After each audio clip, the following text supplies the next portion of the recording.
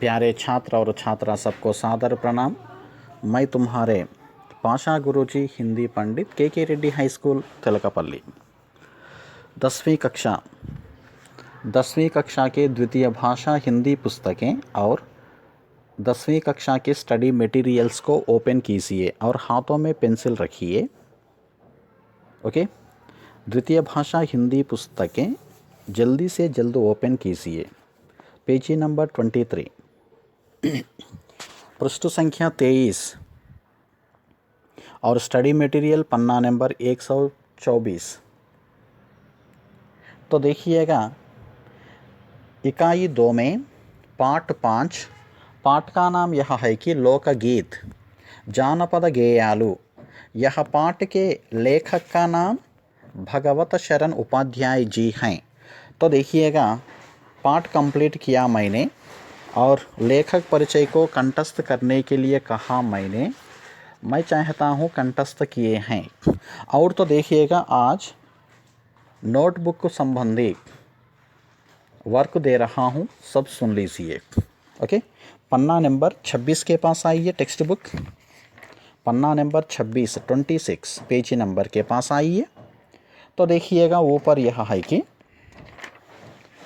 अर्थग्राह्यता प्रतिक्रिया। क्या है? अर्थग्राह्यता प्रतिक्रिया। तो देखिएगा, इस अर्थग्राह्यता प्रतिक्रिया में प्रधान से अल्पप्राण आ, महाप्राण आ, अल्पप्राण ई, महाप्राण ई, ऐसे 4 बिट हैं।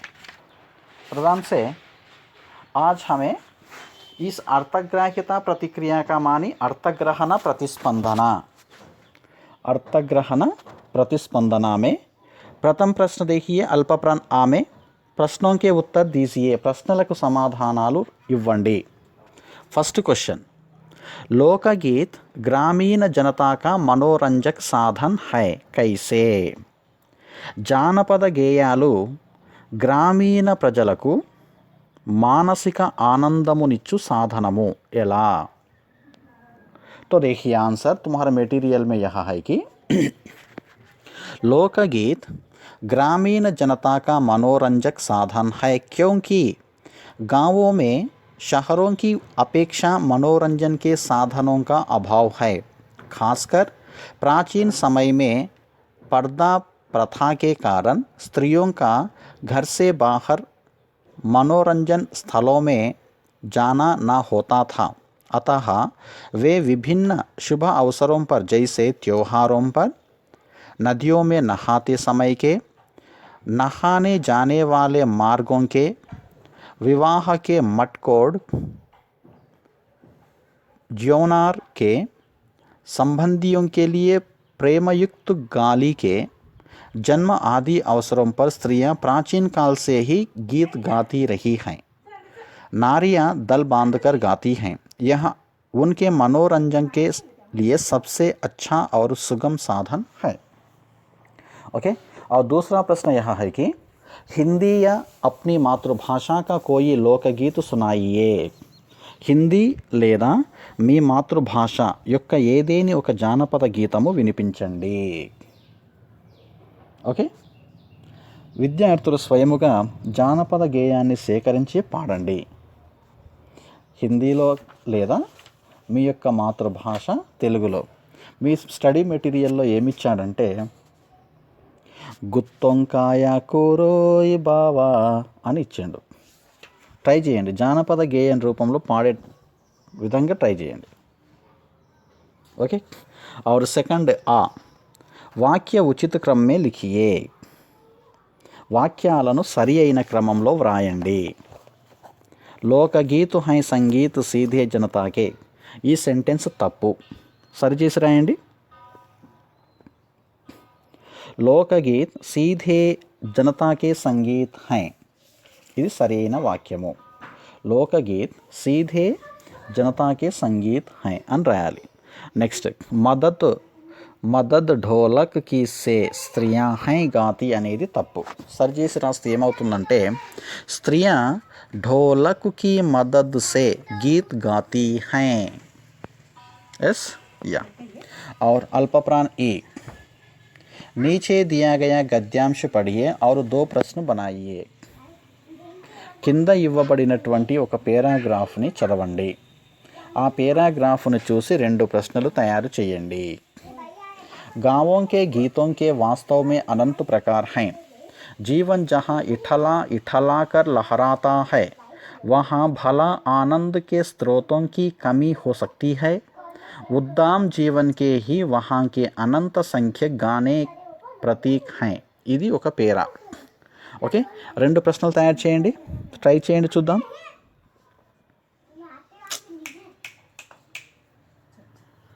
कहाँ के गीतों के वास्तव में अनंत प्रकार हैं. ఇది ఒక ప్రశ్న. రెండో ప్రశ్న, జీవన్ కహా ఇఠలా ఇఠలా కర్ లహరాతా హై. ఇలా 2 ప్రశ్నల్ని తయారు చేయండి. నెక్స్ట్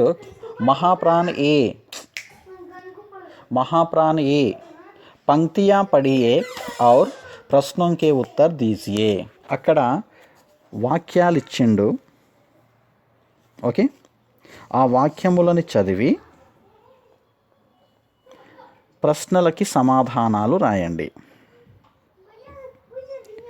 अब आया है तेलंगाना हमारा,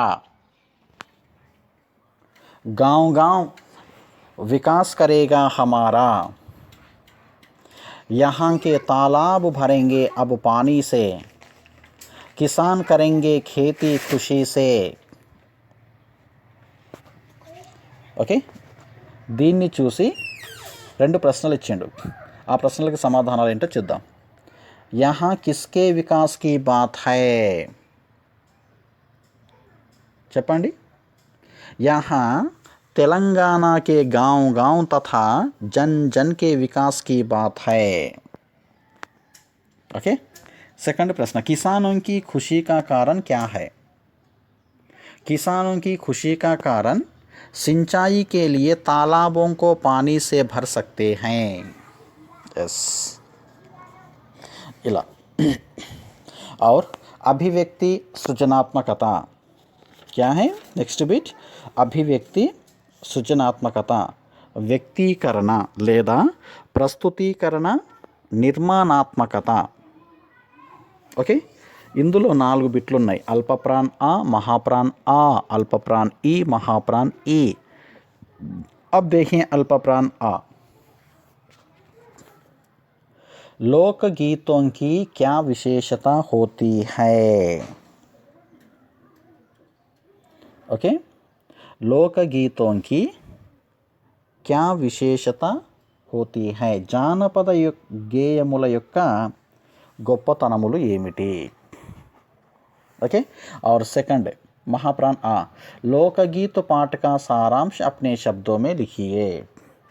జానపద గీతాలు అనే పాఠం యొక్క సారాంశాన్ని సొంత మాటలలో రాయండి. अपने मनपसंद विषय पर एक निबंध लिखिए. మీకు మనసుకు నచ్చినటువంటి వ్యాసాన్ని రాయండి. अपने मनपसंद विषय पर, మీకు నచ్చినటువంటి విషయం పైన వ్యాసము రాయండి. నిబంధ కామాని వ్యాసము ఎస్ఏ. మీ స్టడీ మెటీరియల్ క్రికెట్ గురించి ఇచ్చిండు. ఓకే, రాయొచ్చు. नेक्स्ट, लोकगीतों के मुख्यतः ग्रामीण जनता की भावनाएं हैं.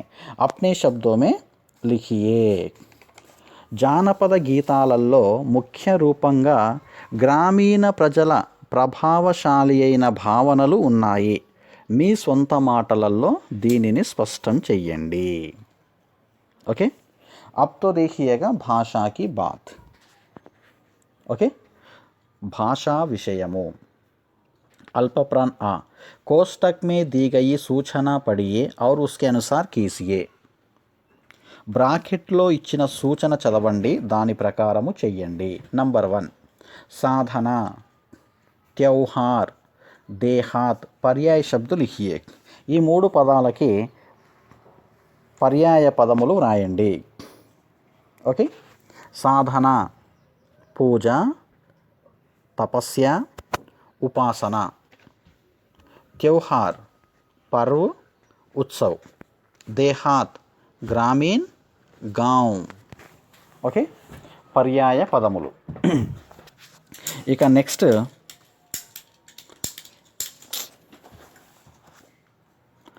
సజీవ్, పరదేశీ, శాస్త్రీయ విలోమ్ శబ్దు లిఖియే. ఈ పదాలకు వ్యతిరేక పదములు రాయండి. సజీవ్ నిర్జీవ్, పరదేశీ స్వదేశీ, శాస్త్రీయకి ఆపోజిట్ అశాస్త్రీయ అని రాయండి. ఓకే, और नेक्स्ट महाप्राण आ, सूचना पढ़िए और उसके अनुसार कीजिए. బ్రాకెట్లో ఇచ్చిన సూచన చదవండి, దాని ప్రకారము చెయ్యండి. సూచన చదవండి, దాని ప్రకారం చెయ్యండి. నంబర్ 1 గాయక్, కవి, లేఖక్. లింగు బదలియే. ఓకే, స్త్రీలింగం ఉంటే పుంలింగము, పుంలింగం ఉంటే స్త్రీలింగంలోకి మార్చండి. గాయక్ అనేది పుంలింగము, స్త్రీలింగంలోకి మార్చినట్లయితే ఏమవుతుంది? గాయిక అంటే గాయకురాలు. నెక్స్ట్ కవి అనేది పుంలింగము, స్త్రీలింగంలోకి మార్చినట్లయితే కవయిత్రి. నెక్స్ట్ లేఖక్ అనేది కూడా పుంలింగమే, స్త్రీలింగంలోకి మారుస్తే లేఖిక అవుతుంది. ఓకే, और नेक्स्ट धर्म, मास, दिन, उत्साह. इक प्रत्यय जोड़कर लिखिए. ఇక్కుని జోడించి రాస్తే ప్రత్యయం అవుతుంది. అదేందో చూద్దాం. ధర్ముని ఇక్కు చేర్చినట్లయితే ధర్ము ప్లస్ ఇక్ ధార్మిక్ అవుతుంది. నెక్స్ట్ మాస్ ప్లస్ ఇక్ మాసిక్.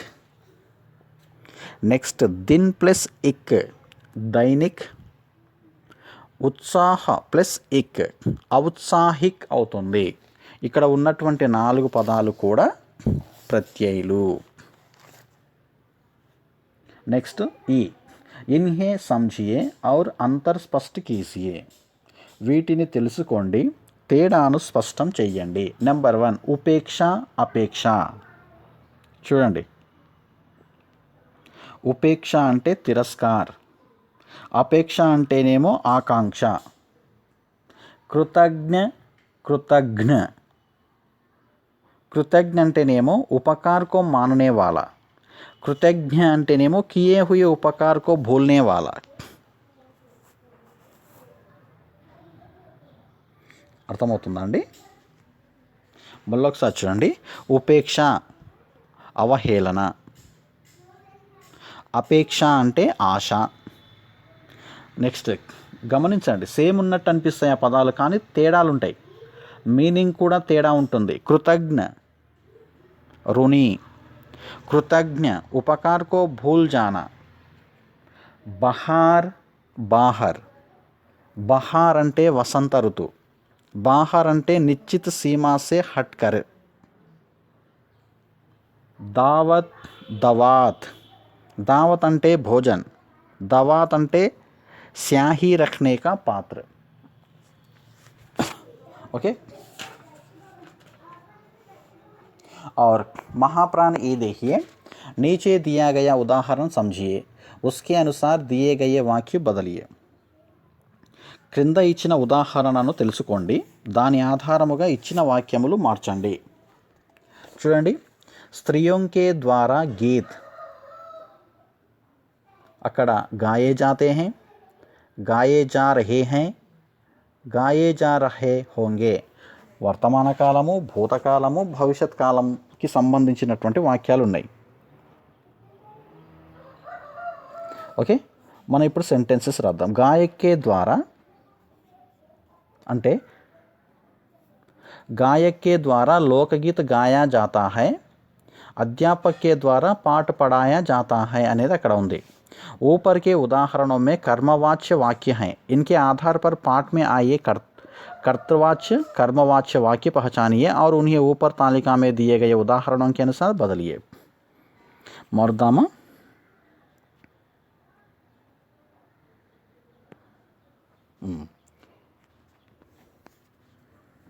गायक के द्वारा लोकगीत गाया जाता है అనేది सेंटेंस। गाए जाते हैं, गाए जा रहे हैं, गाए जा रहा होंगे। गायक के द्वारा लोकगीत गाए जाते हैं, गायक के द्वारा लोकगीत गाए जा रहे हैं, गायक के द्वारा लोकगीत गाए जा रहे होंगे। అంటే ఇప్పుడు మీకు అక్కడ పుస్తకంలో నెంబర్ 1 గాయకి సంబంధించి 3 వాక్యాలు రాయాలి. నెక్స్ట్ అధ్యాపక్కి సంబంధించినటువంటి సెంటెన్స్ ఉంది, దానితో 3 వాక్యాలు రాద్దాం. ఓకే, ఇంతకుముందు మనం అక్కడ స్త్రీయోं के द्वारा गीत అని ఉంది కదా, దాంతో రాయొచ్చు स्त्रियों के द्वारा गीत गाए जाते हैं, स्त्रियों के द्वारा गीत गाए जा रहे हैं, स्त्रियों के द्वारा गीत गाए जा रहे होंगे అని 3 సెంటెన్సెస్. ఇప్పుడు గాయక్ के द्वारा लोकगीत गाया जाता है అనే దానితో 3 వాక్యాలు తయారు చేద్దాం. गायक के द्वारा लोकगीत गाए जाते हैं, गायक के द्वारा लोकगीत गाए जा रहे हैं, गायक के द्वारा लोकगीत गाए जा रहे होंगे. अध्यापक के द्वारा पाठ पढ़ाया जाता है, దీని ద్వారా 3 వాక్యాలు. अध्यापक के द्वारा पाठ पढ़ाए जाते हैं, अध्यापक के द्वारा पाठ पढ़ाए जा रहे हैं, अध्यापक के द्वारा पाठ पढ़ाए जा रहे होंगे. ओके ना. अब नेक्स्ट परियोजना कार्य ప్రాజెక్ట్ వర్క్. किसी एक लोकगीत का संकलन कीजिए. ఏదైనా ఒక జానపద గేయానికి సంబంధించి సంకలనాన్ని సేకరించి రాయండి. జానపద గేయం రాయండి అక్కడ హిందీలో. ओके, और तो देखिएगा प्यारे छात्र और छात्रा, नोटबुक में क्या क्या लिखना है कि फिर एक बार ध्यान से सुन लीजिए. అక్కడ మీ స్టడీ మెటీరియల్లో చూసినట్లయితే జానపద గేయాలకి సంబంధించిన పాఠము లోకగీత్. ఇకాయి 2 में पाठ 5 లోకగీత్ అని రాయండి. లేఖక్ భగవత శరణ్ ఉపాధ్యాయ్ జీ అని రాసి ఓకే లేఖక్ పరిచయ రాయండి. ఓకే, ఫస్ట్ వచ్చే పదాలు పేజీ నెంబర్ మీకు అక్కడ ఉందండి. మా లేఖక్ పరిచయం రాయండి. ఫస్ట్ వచ్చే పదాలు రెడ్ పెన్, నెక్స్ట్ వచ్చేటివి బ్లూ పెన్. నెక్స్ట్ కఠిన్ శబ్ద और अर्थ. హిందీలో వచ్చే పదాలన్నీ రెడ్ పెన్, తెలుగు ఇంగ్లీష్లో వచ్చే పదాలన్నీ బ్లూ పెన్. మీనింగ్స్ మొత్తం రాయండి. ఇవన్నీ నోటికి నేర్చుకొని రాయాలి. ఓకే, ఇక అభివ్యక్తి సృజనాత్మకతలో మొదటి ఆ రెండవ ఆ కంపల్సరీ రాయండి. నోటికి నేర్చుకొని చూడకుండా నోట్బుక్లో రాయండి. తర్వాత భాషాకి బాత్ అల్పప్రాణ్ ఆ, మహాప్రాణ్ ఆ, అల్పప్రాణ్ ఈ, మహాప్రాణ్ ఈ వరకు రాయండి. ఓకే, రాసిన తర్వాత ఇప్పుడు మీ స్టడీ మెటీరియల్లో ఆబ్జెక్టివ్ టైప్ క్వశ్చన్స్ ఉన్నాయి, అన్ని బిట్స్ ఉన్నాయి. వాటిని క్షుణ్ణంగా చదివి అర్థం చేసుకొని కరెక్ట్ ఆప్షన్ ఏంటో బ్రాకెట్లో రాయండి. మీ స్టడీ మెటీరియల్లో మొత్తం 138 క్వశ్చన్స్ ఉన్నాయి, వాటిని రాయండి. అది మీ యొక్క బాధ్యత. ఓకే, అన్నీ చదవండి. కరెక్ట్ సరైన ఆన్సర్ ఏంటో బ్రాకెట్లో పెన్ను ద్వారా రాయండి. ఓకే, మిగతా బిట్స్ అన్నీ కూడా చదవండి, నోటికి నేర్చుకోండి. జానపద గేయాలకి సంబంధించిన సారాంశం చాలా ఇంపార్టెంట్. ఓకే, యాన్యువల్ ఎగ్జామినేషన్లో కంపల్సరీ ఈ పాఠం నుండి ఒక క్వశ్చన్ వస్తుంది. సారాంశం నేర్చుకోండి, చాలా ఇంపార్టెంట్. సరేనా? అచ్చా, और నోట్బుక్ కూడా ఎప్పటి వరకు అప్పుడు కంప్లీట్ చేయండి, పెండింగ్లో పెట్టకండి. नेक्स्ट क्लास में फिर मिलेंगे प्यारे छात्र और छात्रा. ठीक है, धन्यवाद.